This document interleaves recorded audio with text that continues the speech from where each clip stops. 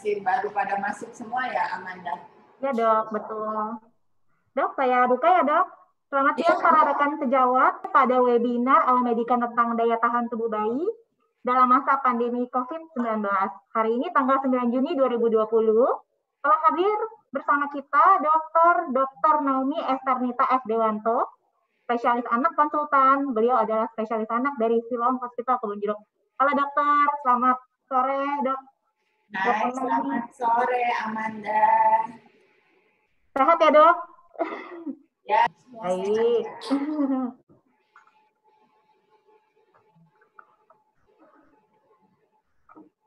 Baik. Rekan sejawat bisa mendapatkan 2 poin SKPID setelah mengikuti webinar ini. Caranya adalah yang pertama download aplikasi Alamedica, kemudian register diri Anda, kemudian masuk ke SKP online, klik dan buka daya tahan tubuh bayi dalam masa pandemi COVID-19, kemudian baca artikel dan selesaikan post test. Jika berhasil, sertifikat SKP akan tersedia. Post test SKP online dapat diakses sampai 1 minggu dari tanggal webinar ini. Untuk dokter yang sudah terregistrasi dengan account Ala Dokter, harap menggunakan email berbeda untuk registrasi Alamedica. Berikut adalah susunan acaranya. Pukul 15 adalah pembukaan, kemudian pukul 15.05 sampai 15.35 adalah sesi webinar kita. 15.35 adalah sesi tanya jawab, kemudian dilanjutkan dengan pukul 16 yaitu penutupan. Adapun saya bacakan tata cara webinar ini adalah, yang pertama, mohon mikrofon di mute atau dinonaktifkan, kemudian pertanyaan dapat diketik di box Q&A. Sesi pertanyaan akan dibuka setelah presentasi narasumber selesai, dan juga nanti ada sesi interaktif dengan polling ya.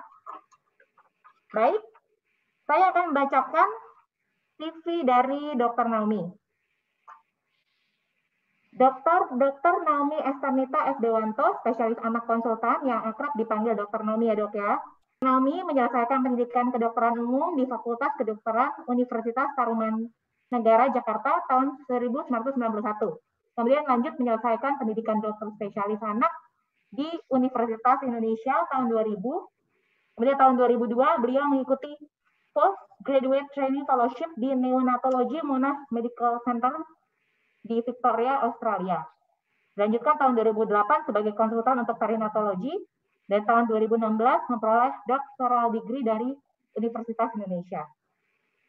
Pekerjaan beliau saat ini sebagai Head of Pediatric Department and NICU Coordinator di Siloam Hospital Kebonjeruk, kemudian sebagai Secretary of Breastfeeding Task Force Indonesian Pediatric Society, dan sebagai member of Newborn Screening Task Force Indonesian Pediatric Society. Baik, kita akan mulai presentasi dengan Dr. Naomi. Jadi saya persilakan kepada Dr. Naomi untuk share slide. Silakan dokter. Iya.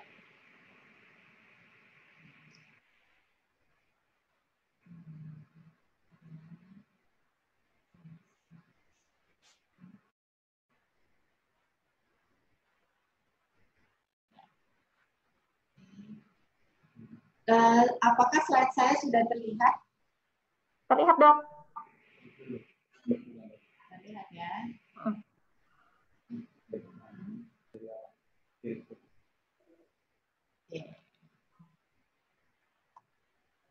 Oke, selamat sore semuanya para peserta webinar.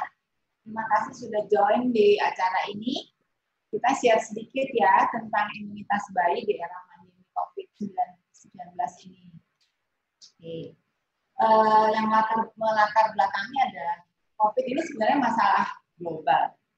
Anak-anak juga bisa terkena, jadi rentan terkena juga dari COVID ini. Sementara imunitas bayi belum bisa berkembang dengan baik. Kita akan sedikit menyinggung tentang epidemiologi, sistem imun anak, dan peran ASI dalam imunitas juga vitamin D. Kalau kita lihat secara global, COVID ini menyerang seluruh dunia. Lihat di Amerika hampir 2,5 juta. Ini data tanggal 27 Mei 2020. Di Eropa sekitar 2 jutaan. Kemudian di Asia Tenggara juga demikian banyak. Kemudian kalau kita lihat epidemiologi COVID anak, ada suatu retrospektif study di China terhadap 2.135 anak. Ternyata itu penderitanya adalah anak-anak di bawah 18 tahun yang dimulai dari usia 1 hari sampai 18 tahun dengan median umurnya 7 tahun. Artinya apa? Semua anak dapat terinfeksi.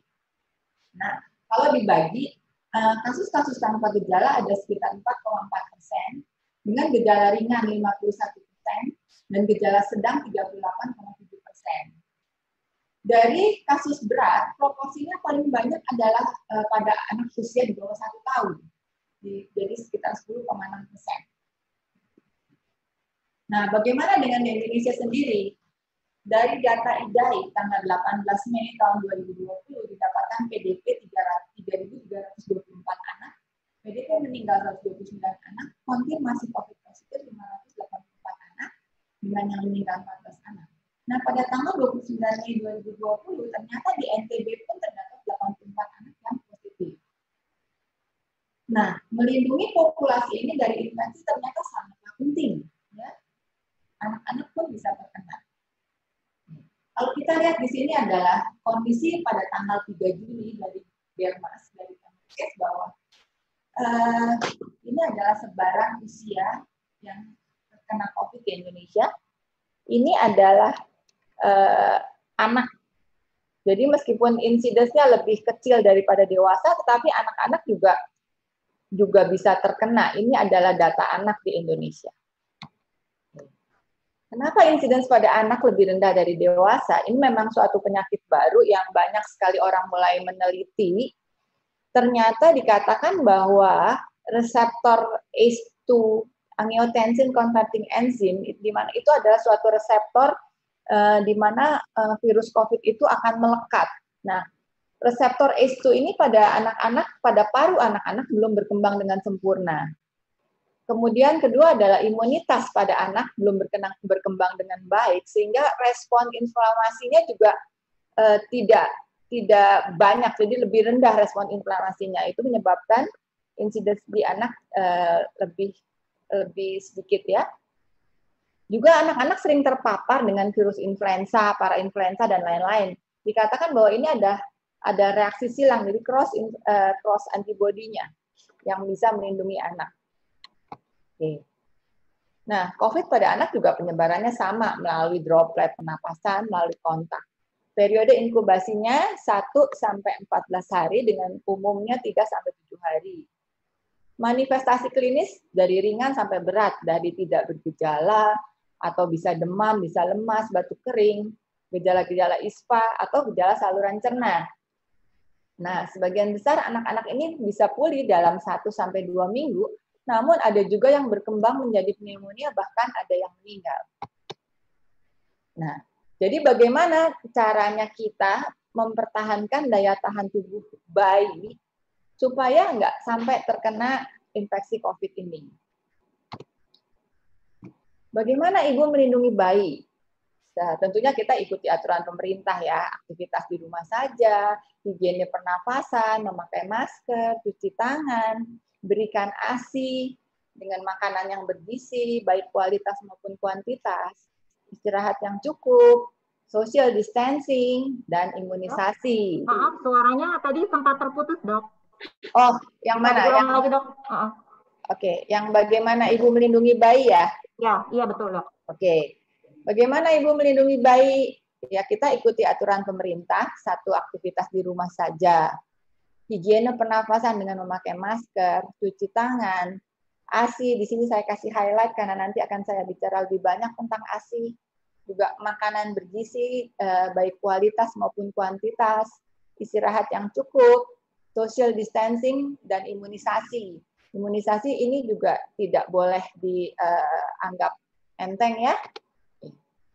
Ini saya tampilkan adalah himbauan IDAI tentang bagaimana seharusnya kita bersikap dalam kondisi seperti ini. Memang kita menghimbau untuk tidak ke rumah sakit atau tidak ke dokter kalau tidak benar-benar diperlukan. Apa yang kondisi gawat seperti apa yang kita harus tetap membawa anak? Kalau demamnya tinggi 3 hari atau lebih, diare, muntah terus-menerus, anaknya sesak, tidak mau makan, tidak mau minum, ada perdarahan, ada kejang, ada penurunan kesadaran, itu harus cepat dibawa. Dan satu lagi yang tidak kalah penting adalah imunisasi. Imunisasi tidak boleh di-skip. Mungkin kita mau menunda, tapi tidak boleh lebih dari 2 minggu. Itu adalah himbauan dari IDAI. Jadi harus bijak orang tua kapan harus membawa anaknya ke dokter. Oke, kemudian kita akan masuk ke peran ASI untuk imunitas bayi. Tapi sebelum saya lanjutkan, sepertinya ada polling dari Alomedica yang akan dibawakan oleh Dr. Amanda. Silahkan, Amanda. Baik, Dok.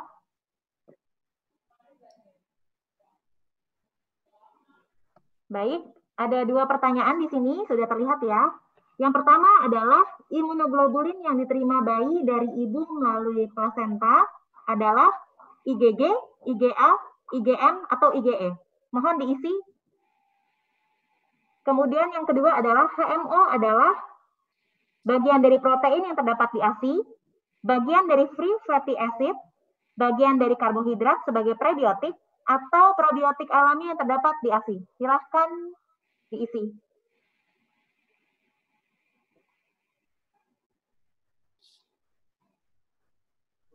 Mudah ya? Oh. Mudah lah, Dok. Mudah lah ya. Pasti benar semua ya. Ya, yang mengisi sudah 984. 45%, sekarang 48% yang vote, ya. Baik. Oke, dari total 510 vote untuk pertanyaan. Nggak ditampilkan, Amanda? Oh, baiklah. Ya, Dok. Ya, oh, baik. Oke. Nah, dari total yang mengisi, jadi pertanyaan nomor 1, imunoglobulin yang diterima bayi dari ibu melalui plasenta adalah yang menjawab IgG sebanyak 39%, Dok. Yang paling banyak IgG jawabannya, Dok. Terus yang kedua, IgA 37%, IgM 12%, dan IgE 12%. HMO adalah yang paling banyak merupakan probiotik alami yang terdapat di ASI. Sebanyak 51%. Kemudian dilanjutkan disusul oleh bagian dari protein yang terdapat di ASI 39%. Kemudian sisanya bagian dari free fatty acid dan bagian dari karbohidrat sebagai prebiotik 6%. Baik, saya serahkan ke dokter lagi. Oke, baiklah. Nanti kita lanjutkan dulu ya. Nanti setelah ini mudah-mudahan bisa terjawab dengan benar semuanya ya. Baik, Dok. Nah, kita lihat dulu. Ini jenis-jenis imunitas. Kekebalan tubuh itu ada yang bawaan, innate immunity, ada yang didapat, adaptive immunity. Adaptif ini bisa natural, bisa pasif dari paternal, bisa aktif itu dari infeksi alami, atau dia yang artificial. Artificial ini bisa pasif dengan kita memberikan imunoglobulin ataupun kita memberikan imunisasi. Jadi yang tadi imunisasi adalah kekebalan yang kita berikan secara aktif, ya. ASI, bagaimana komposisi ASI sendiri? ASI adalah kaya akan berbagai macam nutrisi, di samping itu dia juga kaya akan zat-zat imun. Itulah bedanya ASI dengan susu formula. Dia banyak sekali zat-zat imunnya, ada banyak bakteria-bakteria baik, ada antibodi, ada imun sel, dan juga ada hormon-hormon pertumbuhan. Nah, kalau kita lihat di sini, ini adalah makronutrien, protein, lipid, dan karbohidrat. Sebagian besar karbohidrat di ASI adalah laktose, sebagian lagi adalah human milk, oligosakarida, HMO yang terdiri dari berbagai macam jenis HMO yang ada di ASI. Jadi tadi ada soal yang jawabannya adalah HMO adalah bagian dari karbohidrat yang berfungsi sebagai prebiotik. Apa itu prebiotik? Prebiotik adalah yang memprovide supaya probiotik bisa tumbuh dengan baik. Lanjut ya. Bagaimana hubungannya ASI dengan innate immune system? Innate adalah kekebalan bayi baru lahir, itu ada kekebalan bawaan. Jadi bayi baru lahir dengan imaturitas imunnya dia akan sangat terbantu dengan adanya ASI. Karena ASI itu komposisinya berbeda dari segi maturasi. Kalau kita lihat di kolostrum, sangat tinggi leukosit, protein, segala macam, dan berubah pada transitional milk, kemudian berubah juga pada mature milk. Mature milk ini akan tetap komposisinya sejak 6 minggu dan seterusnya akan tetap. Kemudian kalau dilihat dari gestasi, komposisi ASI by preterm juga berbeda. Jadi kita lihat betapa hebatnya Tuhan menciptakan ASI untuk preterm itu dengan zat imun yang lebih tinggi dibanding dengan term baby sesuai dengan kebutuhan bayinya. Nah, dari komponennya sendiri, ASI itu terdiri dari komponen chemical seperti HMO, glikoprotein, lactoferrin, mucin, komponen seluler, juga ada mikrobiota, jadi yang probiotik tadi ya banyak sekali. Kemudian zat-zat yang lain antiinflamasi yang ada secara alami. Semuanya ini akan membantu imun sistem bayi supaya lebih matur.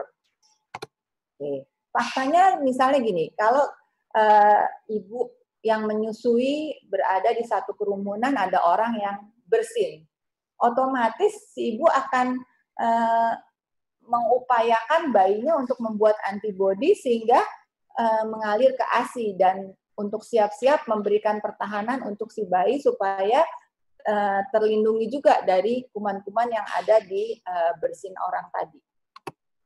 Oke. Kita lihat imunisasi pasif diberikan melalui ASI. Jadi kalau tadi ada imunoglobulin A itu dia lewat ASI. Nah, yang tadi lewat plasenta adalah imunoglobulin G.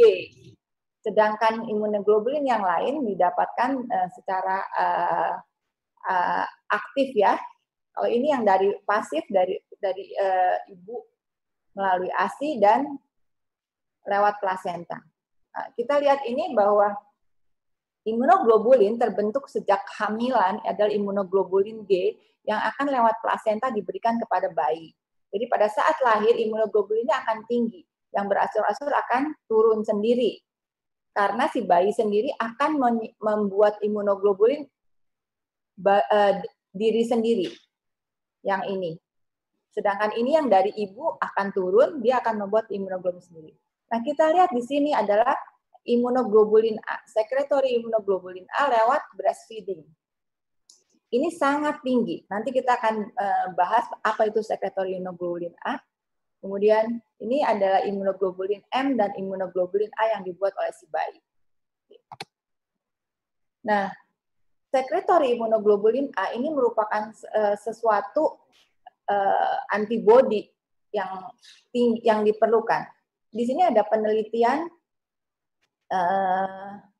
pada orang-orang yang menderita COVID, kemudian dicek ASI-nya, dibandingkan dengan kelompok kontrol. Ternyata pada ibu-ibu yang menderita COVID, ASI-nya itu mengandung sekretory imunoglobulin A sangat tinggi. Ini adalah respons imun yang diperlukan untuk melindungi bayinya juga. Jadi sekretory imunoglobulin A pada ASI ibu yang terinfeksi sangat tinggi.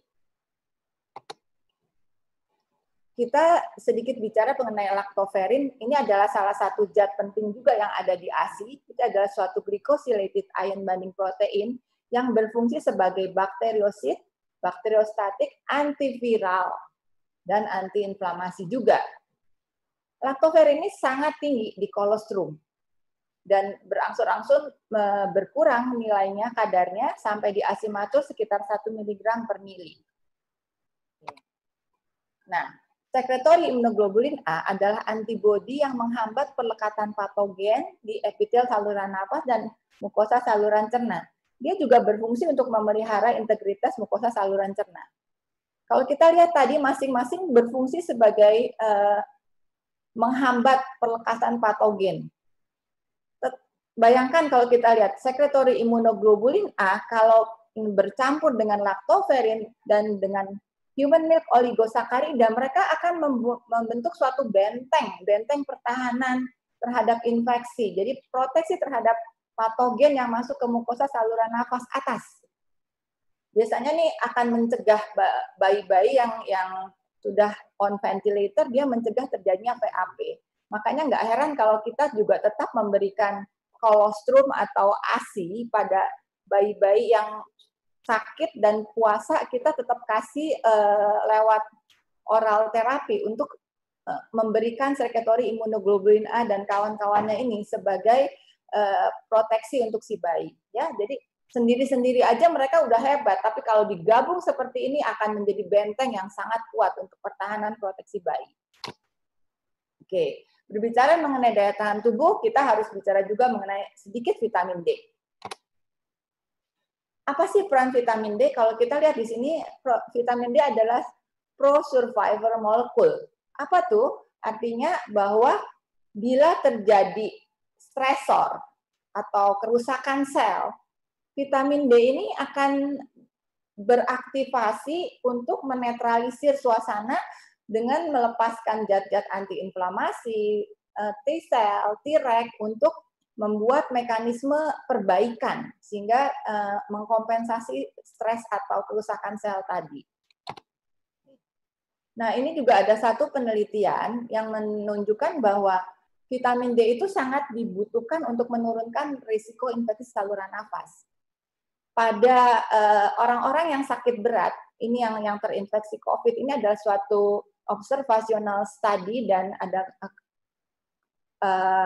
case control, di mana orang-orang yang sakit berat, kalau diberikan vitamin D dosis tinggi, ternyata dia bisa lepas ventilator lebih cepat dibanding kelompok yang tidak diberikan vitamin D dosis tinggi. Kemudian ada juga yang mengobservasi bahwa pasien-pasien yang menderita sakit berat, ternyata kadar vitamin D-nya sangat rendah. Oleh karena itu, disarankan bahwa suplementasi vitamin D ini diberikan pada orang dewasa yang sakit berat, disarankan sampai 10.000 international unit per hari selama beberapa minggu, diikuti 5.000 unit per hari sampai kadar vitamin D-nya mencapai 40-60 nanogram per desiliter. Oke, bagaimana hubungannya vitamin D dengan sistem imun? Ini juga ada beberapa penelitian di bayi, dikatakan bahwa bayi-bayi yang menderita ARI itu acute lower respiratory infection itu kadar vitamin D-nya ada hubungannya antara kadar vitamin D bayi, vitamin beta di pusat dengan vitamin D di ibu. Dan kadar vitamin D ibu hamil yang tinggi akan menurunkan risiko ARI di bayi. Kemudian ada suatu randomized control trial di Afghanistan yang mengatakan bahwa kejadian pneumonia berulang itu akan berkurang pada anak-anak yang mendapatkan suplementasi vitamin D. Oleh karena itulah AAP merekomendasikan ibu hamil dan menyusui untuk diberikan 600 unit vitamin D per hari dan bayi yang menyusu ASI diberikan 400 unit per hari sejak lahir.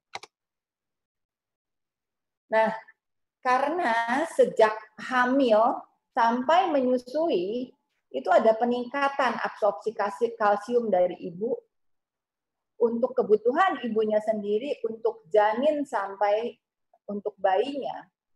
Maka kebutuhan tetap harus diberikan sejak ibu hamil sampai dengan menyusui. Nah, kalau kita lihat di sini ini adalah sumber vitamin D. Bisa didapat dari matahari, bisa didapat dari diet. Sinar ultraviolet yang didapat melalui kulit itu adalah dalam bentuk 7-dehidrokolesterol yang akan diubah menjadi vitamin D3, kemudian menjadi vitamin D3. Ini akan dibawa oleh serum ke hati, di mana akan diubah menjadi 25 hidroksi vitamin D. Kemudian akan dibawa lagi ke ginjal yang akan diubah menjadi 1,25 dihidroksi vitamin D. Ini akan berguna untuk meningkatkan absorpsi fosfor di saluran cerna, juga berguna untuk memaintain untuk pertumbuhan tulang dan otot, juga mengurangi inflamasi dan juga untuk imunitas. Itulah sebabnya peran vitamin D dalam pertahanan tubuh. Nah, bagaimana transfer maternal ke fetal vitamin D ini? Ternyata ibu-ibu ini dipengaruhi juga faktor ekstrinsik dengan faktor intrinsik. Ekstrinsik kita tahu dari paparan sinar matahari maupun dari asupan makanan. Nah, intrinsik faktor ini adalah terjadinya peningkatan absorpsi kalsium, terjadinya peningkatan pelepasan kalsium dari tulang, terjadinya peningkatan uptake kalsium dari tulang. Sehingga kadar vitamin D ibu juga harus cukup, karena setelah itu dia harus memberikan ke fetus, harus diberikan ke bayinya melalui plasenta. Apa yang bisa diberikan adalah 25 hidroksi vitamin D. Dalam bentuk itulah vitamin D diberikan lewat plasenta ke bayinya, sehingga diabsorpsi oleh si bayi. Jadi, ASI dengan vitamin D ada hubungannya. Kadar vitamin D dalam ASI bervariasi, tergantung dari dipengaruhi oleh sinar matahari dan intake ibu. Jadi kadar vitamin D di ASI itu bervariasi, bisa dari 5-20 international unit bila ibunya nggak mendapat suplementasi vitamin, atau bisa juga sampai ratusan unit bila si ibu mempunyai suplementasi yang tinggi. Ya. Jadi sebagai kesimpulan adalah COVID ini dapat menyerang bayi dan anak, jadi jangan anggap remeh juga. Dalam urusan infeksi, tentunya daya tahan tubuh sangat berperan penting. Dalam hal ini, ASI dan vitamin D sangat penting untuk daya tahan tubuh bayi. Kemudian, orang tua harus bijak dalam bertindak. Dalam hal ini adalah kapan harus membawa anak ke rumah sakit, kapan harus diimunisasi, jangan sampai demikian ketakutannya sehingga tidak diimunisasi. Dan juga kapan harus dibawa ke rumah sakit. Dalam hari-hari terakhir ini, saking banyak orang tua yang takut membawa anaknya ke rumah sakit, jadi ada case yang late, yang terlalu udah telat, anaknya juga dehidrasi sangat berat, atau yang sekarang kan juga banyak demam berdarah yang sudah lanjut, kurang cairan, syok, dan tidak tertolong. Jadi dalam hal itulah orang tua harus bijak dalam bertindak. Oke, saya rasa cukup sekian presentasi saya. Terima kasih.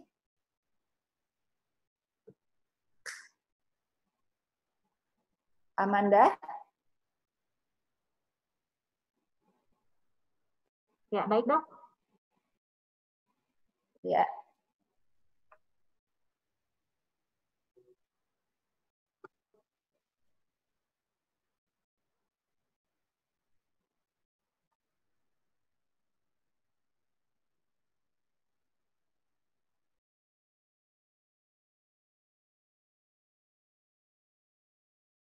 Terima kasih Dokter Nomi atas pemaparannya yang sangat komprehensif, Dokter Nomi. Tadi sudah di-share ya. Saya buka videonya dulu, Dok.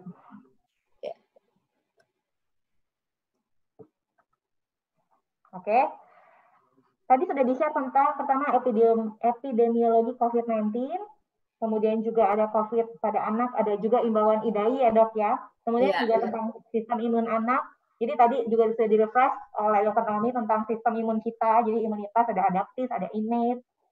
Kemudian ada juga peran ASI dalam imunitas bayi. Jadi komponen ASI itu apa aja?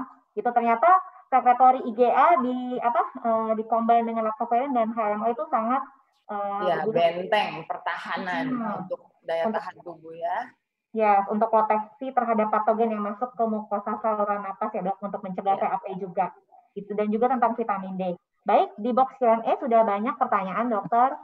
Saya akan menyebutkan sebenarnya ini ada beberapa pertanyaan tentang multivitamin sih dok.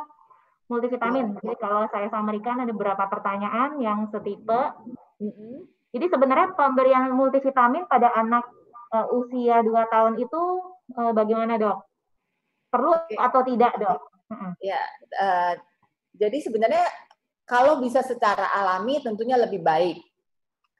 Vitamin itu kita berikan untuk anak-anak yang picky, makannya susah, yang tidak seimbang gizinya. Tapi kalau dia semua makan, artinya sesuai usia ya, kalau bayi di bawah 6 bulan kan masih ASI eksklusif full. Itu sudah ada perhitungan bahwa dengan ASI eksklusif full dia harusnya oke. Di atas 6 bulan kan tidak cukup, dia harus pakai makanan pendamping ASI. Nah, selanjutnya kalau dia makan sesuai kebutuhannya secara natural dengan cukup, baik kualitas maupun kuantitas, tentunya vitamin tidak diperlukan.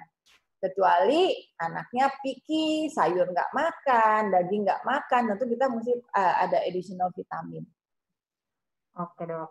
Dok, ada pertanyaan lagi dok dari dokter Fitiasari. Waktu yang baik untuk memperoleh vitamin D dari berjemur atau dari paparan sinar UV pagi hari? Kan banyak ya dok artikel, ada yang bilang dari jam 10, ada yang bilang dari jam 9. Yang benar yang mana sih dok?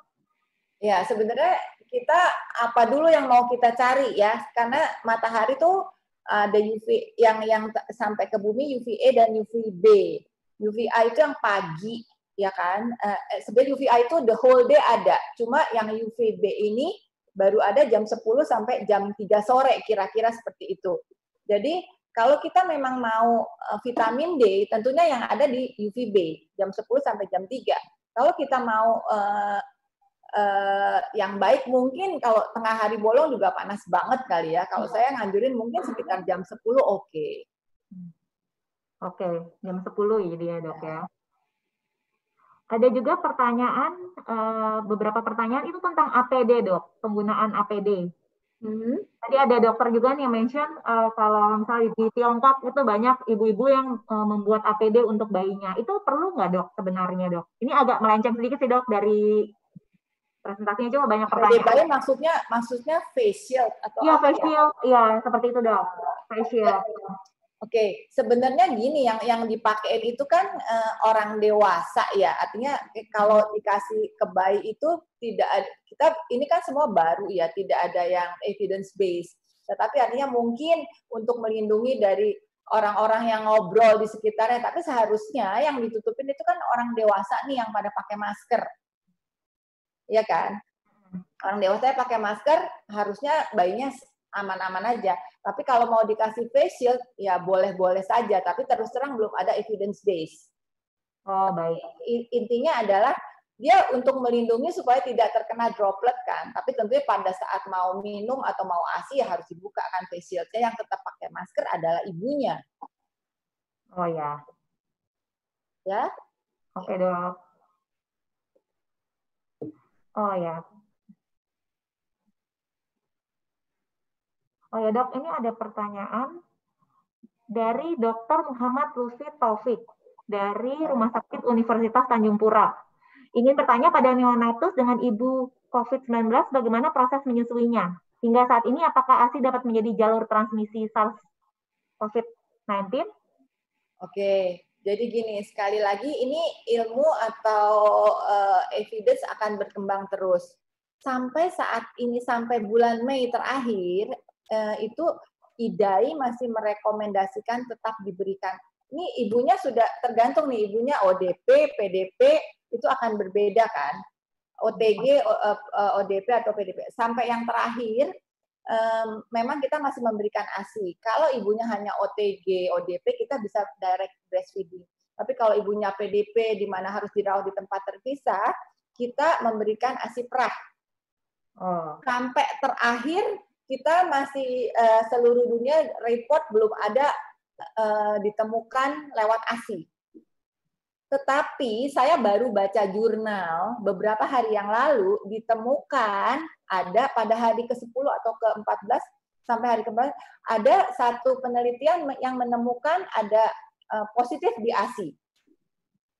Nah, untuk selanjutnya tentunya kan ini masih on progress. Tetapi mengenai pemberian ASI sampai bulan Mei kemarin, IDAI masih merekomendasikan pemberian ASI karena memang segala zat imunnya yang tidak bisa tergantikan.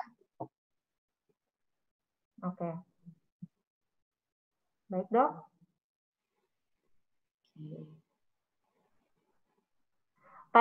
Terus ada lagi pertanyaan dok dari Dr. Retno Wulandari.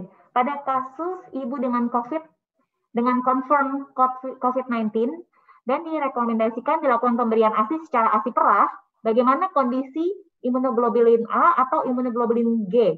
apabila ASI harus diletakkan di freezer? Apakah ada penurunan aktivitasnya atau tidak? Ya, jadi intinya adalah ASI yang fresh dengan ASI yang di freezer. Kalau dari ASI ibunya sendiri tidak ada masalah, karena kan cuma ditaruh di freezer itu hanya untuk kalau dia perah, bedanya gini loh.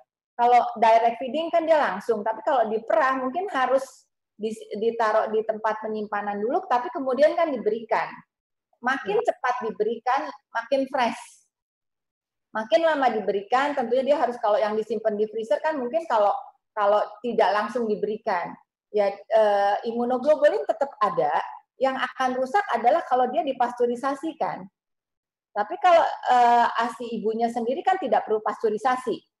Yang akan menurunkan imunoglobulin adalah pada ASI donor. ASI donor yang dipasteurisasi tentu ada zat-zat yang akan rusak, tapi tidak pada ASI ibunya sendiri karena kita tidak pasteurisasi. Baik, Dok. Kemudian ada pertanyaan lagi dari Dr. Galang Nusa. Apakah pada anak ada pola demam yang khas bila terjadi infeksi COVID-19? Apakah mungkin membedakan COVID-19 dari gejala ALRI lain hanya berdasarkan gejala klinis tanpa rapid test, mengingat gejalanya ternyata tumpang tindih? Oke, terima kasih atas pertanyaan. Sayang sekali tidak bisa. Kita tidak bisa membedakan, oh ini demam karena COVID, oh ini demam karena infeksi virus yang lain. Itu sulit sekali dibedakan. Even udah rapid juga itu tidak bisa mengeksklud bahwa ini COVID atau tidak. Memang ini penyakit yang katanya banyak, manifestasinya bisa banyak sekali, tidak hanya di infeksi saluran nafas, tapi bisa di saluran cerna juga. Jadi demamnya pun kita tidak bisa membedakan, oh ini demam COVID atau bukan. Sayang sekali tidak bisa. Oke, baik.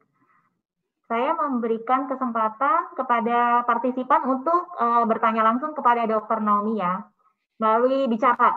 Jadi boleh raise hand. Saya mempersilakan pada Dr.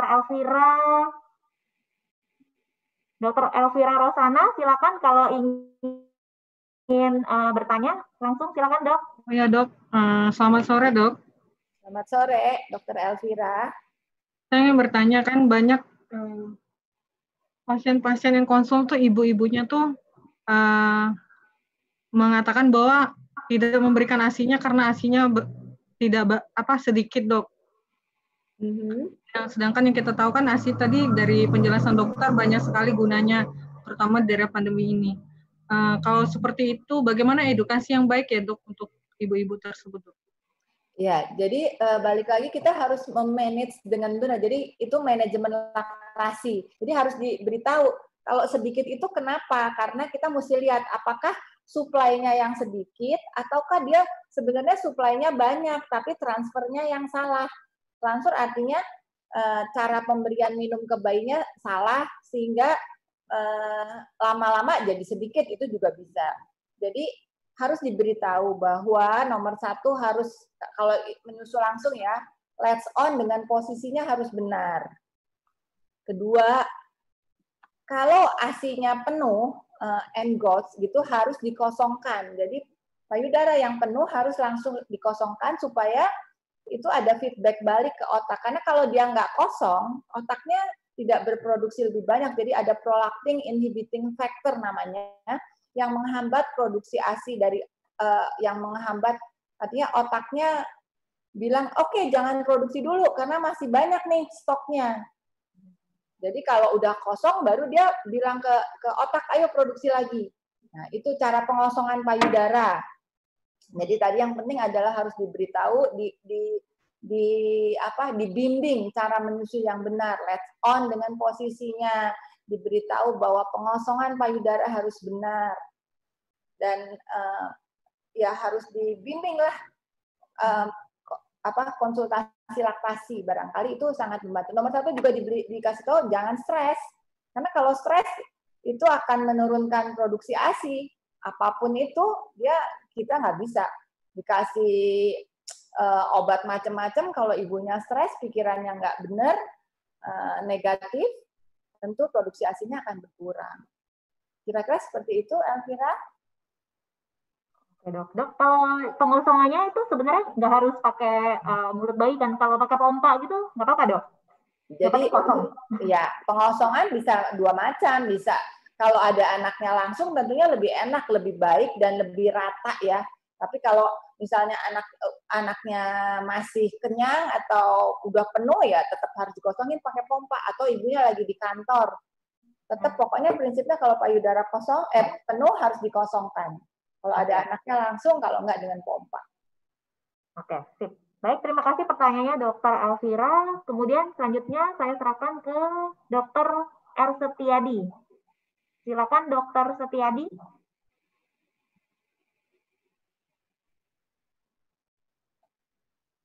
Dr. Setiadi.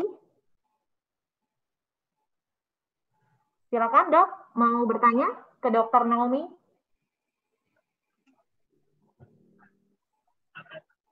Hai, Dokter. Dr. Setiadi, boleh bertanya? Silakan, Dok. Kayaknya ngomong tapi nggak kedengeran deh. Iya ya, nggak kedengeran. Boleh kita coba. Sekarang Dokter Dana. Dokter Dana, silakan ingin bertanya.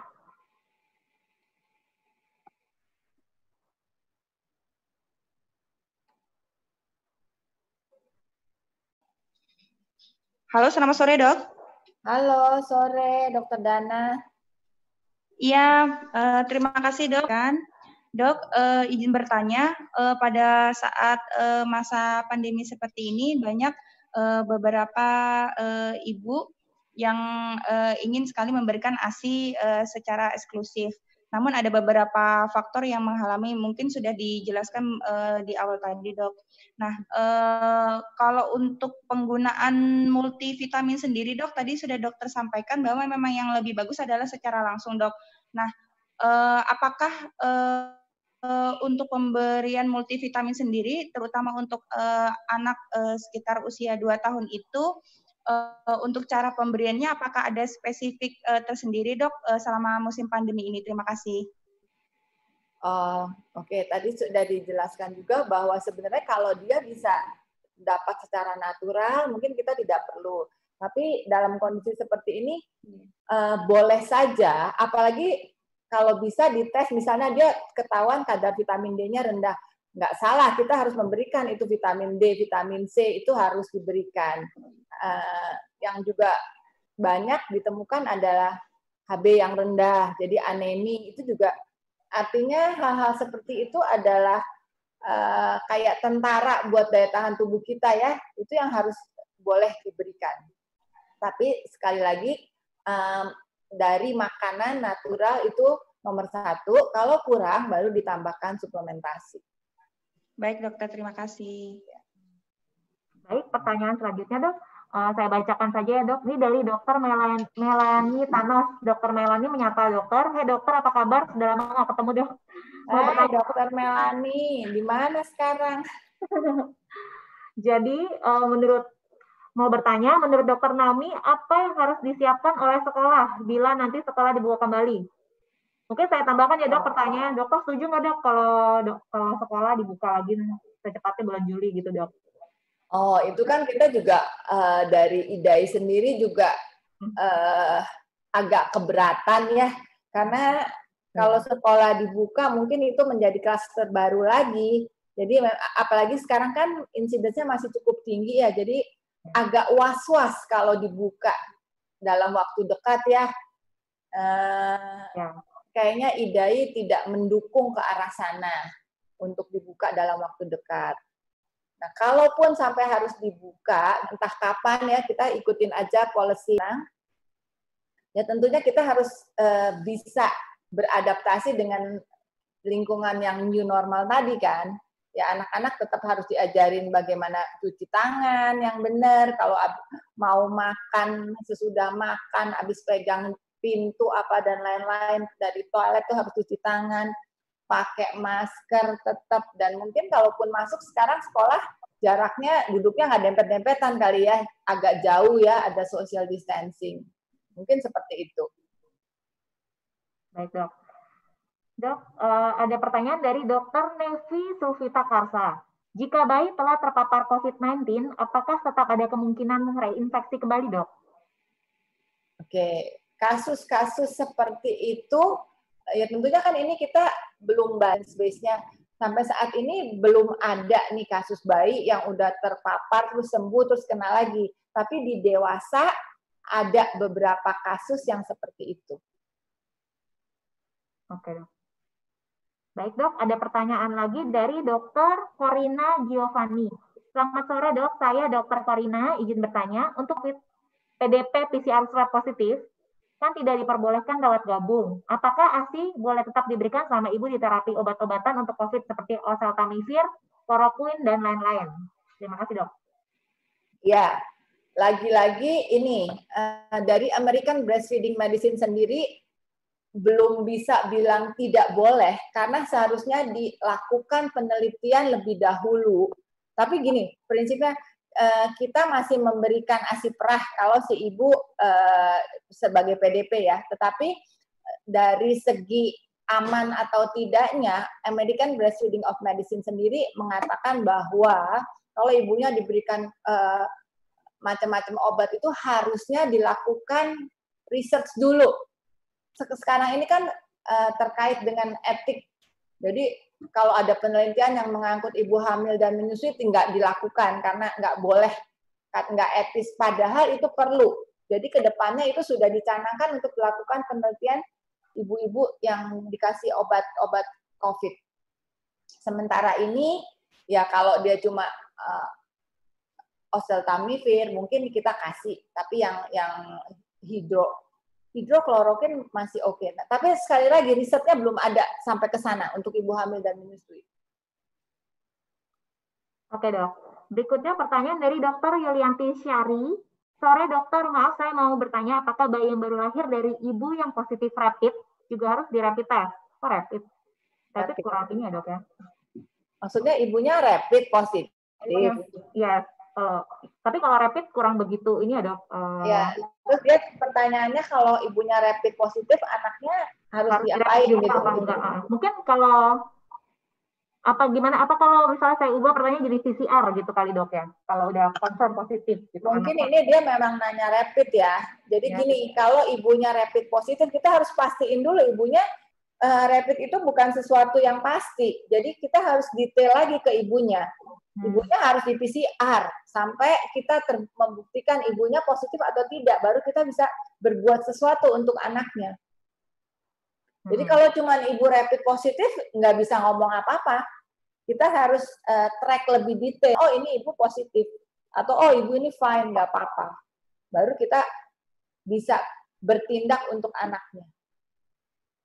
Jadi dipastikan dulu ibunya ya, Dok. Iya. Oke. Terus ada satu pertanyaan lagi ya, Dok, ya? Secara dari Dr. Freza Farizan. Sore, Dok, apakah bayi yang baru lahir perlu diberi tambahan terapi jika lahir dari ibu dengan positif COVID-19? Terima kasih. Lagi-lagi, oke, ibunya positif nih, kita anggap berarti positif PCR. Kita mesti cek dulu, lihat dulu kondisi anaknya. Kalau anaknya nggak apa-apa, fine-fine aja, ya mungkin kita nggak perlu kasih obat macam-macam kan. Lihat manifestasi anaknya. Tapi kalau anaknya bergejala, tentunya kita kasih obat sesuai dengan gejala yang ada. Bahkan mungkin ada yang harus masuk ke NICU, pakai ventilator. Ya tentunya kita sesuai dengan kondisi bayinya. Gitu ya, Dokter Amanda. Ya, baik, Dok. Ya, baik. Terima kasih atas sharingnya Dokter Naomi, itu sangat bermanfaat bagi rekan-rekan sejawat, terutama pada layanan primer ya, Dok, di era pandemi ini. Iya, sama-sama Dokter Amanda. Baik, terima kasih. Setiap pandangan yang dikemukakan adalah milik penulis dan tidak mencerminkan pandangan Alomedica atau Alodokter. Jangan lupa rekan sejawat bisa mendapatkan 2 poin SKPID setelah mengikuti webinar ini. Caranya adalah, yang pertama download aplikasi Alomedica, kemudian register diri Anda, masuk ke SKP online, klik dan buka daya tahan tubuh bayi dalam masa pandemi COVID-19, Kemudian baca artikel dan selesaikan post-testnya. Jika berhasil, sertifikat SKP akan tersedia. Kemudian juga post-test SKP online dapat diakses sampai 1 minggu dari tanggal webinar. Untuk dokter yang sudah terregistrasi dengan account Alo Dokter, harap menggunakan email berbeda untuk registrasi Alomedica. Baik,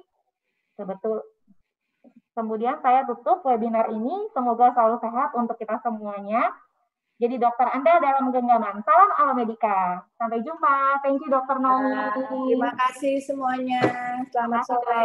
Selamat sore.